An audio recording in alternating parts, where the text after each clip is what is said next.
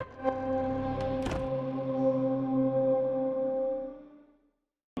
my name is Adam Brennicke. I'm the game director of Grounded at Obsidian Entertainment in sunny Southern California.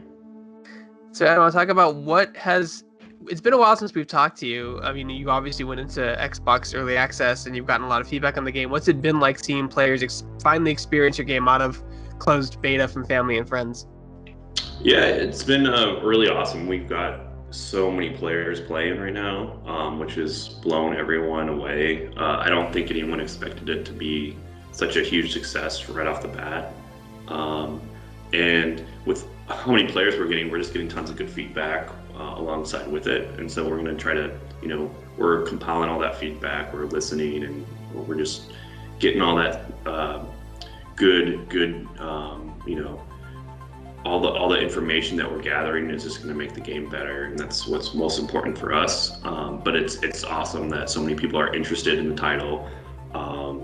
Playing a game in early access and game preview isn't always the best experience, but it's nice that the players have worked around some of the issues, and we're working on a lot of the bugs and the issues, and we want to clean all that stuff up. But as well as just like gameplay mechanics, we're looking at a lot of stuff with how people are engaging with base building, combat, the upgrade system with raw science. We're kind of just like taking a look at all those little bits and seeing where we can adjust, and taking a look at the survival mechanics too, because I think there's still a lot of things that we can do to improve that experience. Has your team had to call bugs in the game something else? Because they could be like, hey, I ran into some bugs this morning, and you're like, well, I would hope so, because they're in the game. Oh, you mean the enemies? Yeah, you have no idea.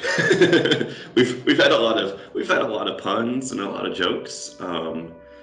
There are a lot of bugs in Grounded, but yeah, there's we usually call them issues. If we were talking about actual bugs, they're issues and not bugs, just to clarify the distinction between the two. And when something is released in game preview, how does it affect those points in development? Do you push stuff back? Do you move stuff forward? Do you leave stuff the way it is that you thought you've had to fix? Yeah, like the way that we think about it, and it's pretty much how we develop the game from day one, is that nothing is like, it's basically all like wet paint. So if you're like painting a painting, you can still change it, and it's, nothing is going to be set in stone. Like the concrete is still fresh, so we can make those changes, and that's something that we definitely have to do. We have to be agile and adjust accordingly.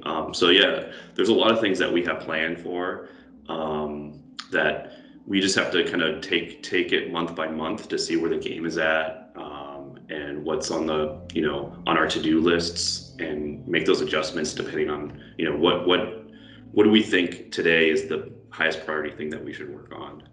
And sometimes those ideas or the things that you're working on might take longer than a month, so it's tricky to balance the two, and we are still working on like how to do that, because we want to release content every month, but we also want to work on bigger and grander things. So it is a balancing act of releasing content every month and working on new things. And that's one thing that after the koi pond update comes out, we're probably going to slow things down just a little bit. We want to take a step back. We have a lot of awesome feedback, and we need to make some adjustments to polish and iterate on some ideas that we have, and those things might take a little bit longer than a month. We still want to do a monthly update, but they might not be as like big and grand as like a koi pond. So your next big update, like you mentioned, is the koi pond, which is a lot of focuses a lot of underwater gameplay. Underwater gameplay in video game is like notorious for being bad or like unfun. What were some of the challenges in designing your gameplay so it was fun? Yeah, it's one of those things where we just continue to play it. I think the one interesting thing that I've seen with the koi pond is the entire team is focused on it. And usually when you do like an underwater level, it's usually like kind of like a thing where you're like, we need a kind of a different environment. Let's just throw in the underwater level because we have swimming mechanics. Let's just do it. And it doesn't get a lot of attention. I think the one interesting thing about how we're running it is that everyone on the team, all 14 people, are all working on the koi pond. We're all focused on it. We play it like we just had a play session last night for 2 hours, playing it, discussing it, and making sure that like if there's any frustrations, if there's anything that's stinky, if there's anything that we just like, hey, this sucks, like let's just change it, or like, hey, let's discuss how to change it. And I think that's something that the things that we're kind of looking at is just like, how does combat feel? Like we are really adjusting like how many hits does it take to kill creatures in the water, just to make sure that like the combat just feels okay, and it doesn't feel punishing whenever you have to kill something where you're fighting against this creature, but you're also fighting against your oxygen meter, and that's a kind of a hard thing to balance as a player. So we're making it like kind of as smooth and easy as possible when you are fighting underwater, where when you do kill a creature, you get your oxygen refreshed. We're also looking at just like traversal underwater, like how do we make that more interesting and more fun, as well as just like, just the little polished things that we're just, as we play the game, there's just a lot of little things that come up, like, hey, like that oxygen meter needs to be a little more readable when you're getting low on it. Like, how do we adjust that? How do we adjust getting out of water? Because that's always a challenging thing. Like when you're trying to jump out of the water, like how do we fix that up to make that as best as it can be? And then the other thing too is like we're releasing this. It's still in early access, so we want to get this into players' hands.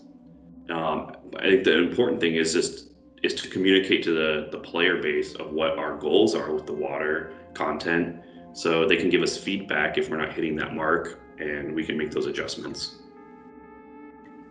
So you also mentioned what you guys call like your insect pathing, or your enemy behavior AI that you programmed into the game. Talk a little bit about that, because that's interesting. Because in an open world game where you can build practically anywhere, it can be difficult to, because I mean, when I played early access, like spiders could get caught in walls, or like, people could, spiders would spawn on top of me, that kind of stuff. Yeah, that's one thing that we really wanted to do with an open world survival game, is add in this like simulation aspect. I think that was one thing that we felt with other survival games, that the world felt very static, and I think that was a cool thing that we're working on still, which is we have for every insect in the world, they have a routine. They have a lot of behaviors that they follow, and they can pretty much roam wherever they want. And I think that's a cool thing that adds a different dynamic to the game, because you see all these insects interacting with the world and each other in different ways. So you can encounter kind of like when you're just wandering around, you might encounter two insects like battling each other. And I think that's a really cool, just emergent thing that the game provides. And we're doing that with all the water creatures as well. So all the water creatures, the tadpoles, the water boatmen, the koi fish, they all still run these routines. So like they hunt for food. If they get sleepy, they go find their favorite rest location. They also have like other little things that they interact with in the environment.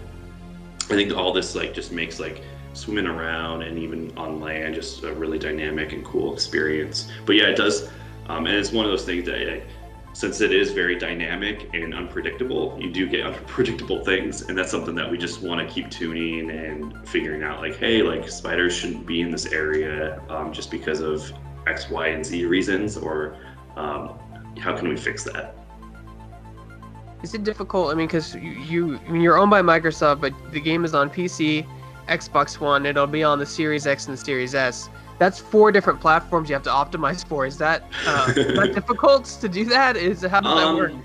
I think like for me, like if you make a PC version, it's not too much different than making a PC version, because like with the PC you have to have so many different hardware configurations and options for being able to run on like the newest NVIDIA cards to something that came out 6, 7, 8 years ago. And with consoles, it's not entirely different than that. I think that it's pretty similar, but the nice thing about consoles is you have very specific hardware that you can program for and optimize for. So like once you get it right on the Series X, you don't really have to touch it again because it's working really well. With a PC, you know there's 6 months from now there's going to be new stuff on the market that you'll have to if you want to do special optimizations for new stuff. You always have to keep working on that. But I think it's been super nice working on the Series X and the Series S and optimizing for that. Like the game's running like butter, super smooth, and I think we're still not finished yet. So like we're going to continue to work on it, optimize it, and if there's new graphics features that we think of or we have time for, I think everything's still on the table, so we're still looking at ways of making the game prettier and adding in more bells and whistles. When you guys are looking at your data, or what you can tell me about your data, do players usually play in first person or third person more with your game? That's a great question. We don't have data on that, so I think we've seen a lot of people play in third person. I think that's something that I just like giving the players the option. I think the game looks great in both first and third person, and I think it's just like a personal preference of what you like and what you don't like. So we don't actually have like the metrics on that one, so I'm not sure like what the split is. But I think it's cool that you can shoot or play in third person and in first person as well. How did you go about making a koi pond fish seem scary? Well, just the size of the koi. The koi fish is definitely like a behemoth of a creature, similar to the bird that we introduced a few months ago. The koi is one of those creatures that when you first encounter it, it just seems so giant that you're just like, just get me out of here. And it makes really cool noises while it's swimming around. The audio is great. And then I think just because kind of going back to the behaviors of the creatures, you don't really like know where the koi is patrolling, where it's going to be. So you always have to kind of like watch behind your back to make sure that if you're like staying in one place for far too long in the water, you have to kind of just pay attention to what you're doing. Koi also just looks super gnarly. We wanted to make the koi feel like it's been here for a very long time. This is the koi's home, and it's just gnarly looking. It has a lot of scrapes and scratches. It looks scraggly. One of his eyes has been popped out, so he's missing the eye, and he just looks like he's just kind of just here. The one interesting thing about the giant creatures in Grounded is that they don't really care about you. You're so small, and they're so big that you're just a speck of dust to them, and they're just doing their own thing. But you just don't want to get in its way because you'll pay the price. How much of your experience on like other RPGs, like Pillars of Eternity or like New Vegas, did you bring over to this project? Because at times it does feel it is a survival open world game, but at the same time I do feel like there's a lot of RPG in this as well. Yeah, I think anything that we're gonna do, like pretty much everyone on the team has spent the majority or vast majority of their game development career at Obsidian. So like we don't know any better. That's the answer to that question. Like we're just making games the way that we know how to make games, and that's the Obsidian way. So I think there's gonna be a lot of Obsidian in anything that we make. But yeah, even going back to like Fallout New Vegas, one thing that we've learned when making that the world of New Vegas is that you have to have a lot of good like landmark locations just to get like your sense of where you are in the world. So when you are exploring, you can always like look around and triangulate your position with like we usually try to say like from any position in the world, if you spin around, you can see 3 landmark locations. And that gives you kind of a sense where you can triangulate where you are in the open world. So like there's like little things like that we're carrying over. I think there's a lot of like interesting stuff that like we've learned along the way for like faction gameplay. Just like how do we set up quests? A lot of that stuff lives in our back end tools, which is shared amongst all of our teams. So that's another reason why like a lot of Obsidian games just feel kind of the same, just because we share all this tech amongst ourselves with these with the Obsidian tool set. And then like for me, I think the other thing that I think is cool about Grounded is it's a place where we can experiment as game designers. And like I think over the course of my career, I think there's like little things that I wanted to try out in RPGs, and I think Grounded is giving me and the team the chance to try out those things. I think one of those things is the simulation. I always wanted to make a open world RPG with a simulation running behind the scenes instead of bugs and insects, it would be NPCs doing their routines and stuff like that. But I think this kind of is like possibly like a baby step towards that, where like we're learning a lot of stuff on how to set that up. We tried to do a little bit of that in Pillars of Eternity 2, of having like our cities feel more alive. But I think this is another like iteration of that. So we are trying out like a lot of like things, even multiplayer. Like there's a lot of things like in multiplayer where we're like, hey, how would we do this in one of our traditional RPG games? And then I'm like, hey, like with Grounded, since it's a multiplayer game, like let's just try out like how would we handle this in a multiplayer game. So I think there's a lot of things that we're learning along the way, and things that we could take back to our other games. You mentioned that you mentioned in the preview event that the science will allow you to purchase like essentially what you call perks in the game. Can you kind of give us an example of like what these perks will do for your character? Is it like standard, like make you run faster, like make you live longer? Yeah. So they're the mutations, and the way that you actually unlock mutations is just by playing the game. So they're almost like achievements or like perks, if you will. So if you're just playing the game and being the character that like you want to be, over time like the game will reward you with these unlocks, and you can have these you get like these upgrades, and you can equip these upgrades that give you like extra bonuses to things that you like to do. So we have a handful of those, and we're going to continue to add that, and over early access add more and more of those. For example, we do have a swimming mutation that we're going to be adding in, that allows you to swim faster, and stuff like that. So I think that's one thing that we're looking at, ways of customizing your character, not only with equipment, but with other ways as well.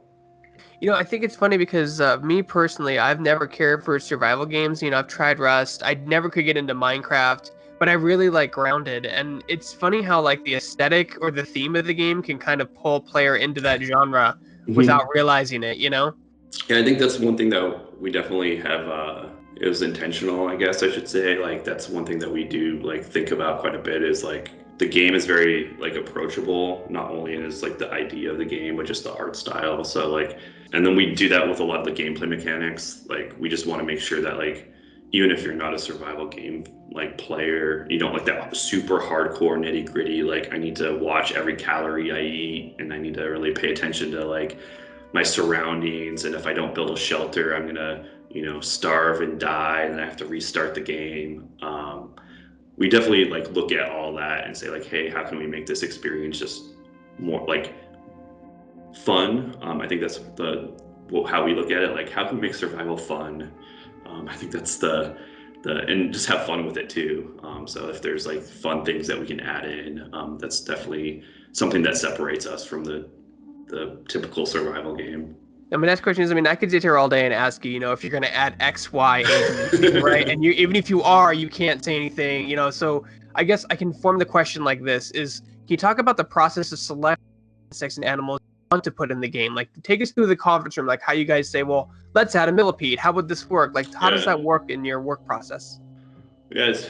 So the way that we look at it is like if we're introducing a new environment, or even the grasslands, we list out all the creatures and insects that we think could be in this area. So like the koi pond, we listed a ton of like water insects or things that could be living in a pond.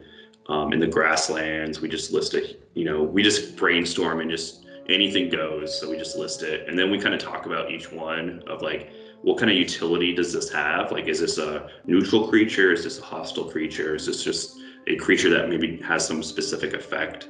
How does this interact with the other creatures?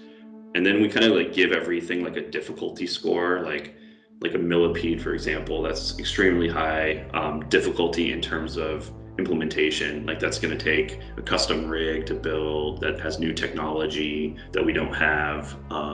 So that's probably down on the list of creatures to do. We try to kind of get the creatures that we feel like are the most useful at that point of time that we want to do a new creature. And we just like look at like, hey, like there's also some things that we consider like, hey, like how much animation time is this going to take? Like, do we need a full set of new animations? Can we reuse animations from a different creature? Because creatures do take an extraordinary amount of time to make. I think from like beginning to end, it takes probably like 2.5 months of our time to create a creature and do the AI for it and the attacks and stuff like that, and the dismemberment. Like there's all these like things that you have to consider, like the dismemberment, what kind of stuff that can you craft stuff out of it, what are the icons that you get when you do loot the thing. So there's a lot of stuff with every creature, and so we just have to kind of like weigh all those aspects and come up with the creatures that we think will be best for the game at that point in time. Any unusual bets in the office right now? Anything that's going to make you eat another Arby's super meat sandwich? Anything weird like that? We do have a fun one. We're going to be announcing that probably in the next 2 weeks. So you'll hopefully see that one. It was just a bet on like how many players we would have. So that's a fun one. I haven't eaten at Arby's in like 7 months now. Oh geez, that's not good. You have Arby's withdrawal. I know. I'm dying here. I haven't had my roast beef in such a long time. Talk about what it's been like since, I mean, obviously the announcement with Microsoft. I mean, have things changed months, or is it kind of just business as usual? I think it's been pretty amazing. Like it's business as usual, but like I think like it's so hands off, and like I think the team like discusses that quite a bit, like how hands off not only Xbox and everyone like up in Redmond, but like even at the studio, like everyone's so hands off that it's very one is it's a little bit crazy to think about, like being able to make a game with like there's no outside input at all. We have complete control over the project. Not only like what we're working on, but like what's going into the game. Like no one's ever telling us like, hey, don't do that, or hey, can you look at this feature, or hey, can you add in hats? No one's really doing that, and I think that's pretty amazing. As a game developer, I don't like having this opportunity to kind of make something, and I think everyone's just like, hey, make it however you want. Like we trust you. Like just continue to make it. It seems like, thankfully it's been successful. So like I think that also alleviates a lot of pressure. But I think that's been really cool. And Microsoft's just like super supportive. Like just keep working on it. If you need anything, just let us know. Fergus and the other people at Obsidian have been the same way. So it's been a wild ride, and I think it's a school that we can still just keep working on it. And I'm super excited to just see where it goes from here. And then I'd like to give you some chance to get up on a soapbox and talk to any about any bugs that you are aware of, that you're currently going to be fixed or being looked at to fix, that players are really like, bugged with, no pun intended. I don't know. I mean, we're pretty aware of all the issues, and we're just doing our best to clean them all up. I always because I'm a programmer, and I always just get like, it's more of like a personal frustration whenever we ship with any bug, because I know that just it's just frustrating. And I want to, the team is well aware. We're working our butts off. And we have a great community team that is handling all the feedback from all the different sources on the internet. And we just want to continue to fix this stuff. And please, the other thing is to say, please keep giving us feedback and reporting issues, because we're doing our best to clean them all up. And then when can people experience the Koi Pond update? So the Koi Pond update on I know it changes sometimes. On the 26th of October, we're putting up public test branches for anyone that wants to just jump in and test out the content before it really kind of launches. It's a little bit early. There's going to be some rough edges, but on the 26th, you should be able to, on Xbox, PC, Steam, jump in if you want to really get an early glimpse at the new content. But we are launching in early November.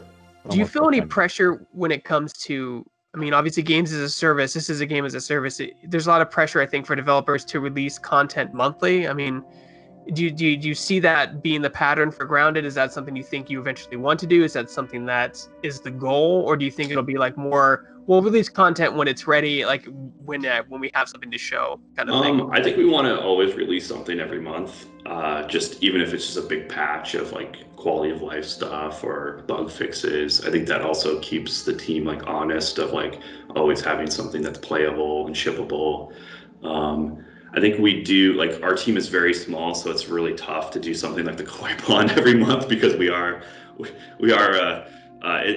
definitely a big challenge because you don't have a lot of time. It goes by so fast, and if we want to make the game really good, we're going to have to take our time with some stuff, and that takes more than a month to do. So we just kind of have to keep working at it, and I think we're probably going to take our time with some bigger updates over the next, let's say 6 months. And we want to have more meaty and bigger updates. So if you've played Grounded back in, when we launched, we want to have a good reason for you to jump in and try it out again. And I think like the Koi Pond is one of those reasons. Or if you have, if you bought a new console, if you want to try it out on the Series X, and look at all the pretty pictures. But yeah, I think that's something that it's just a balance, and it's tough with a small team, but we're going to try our best to do something every month.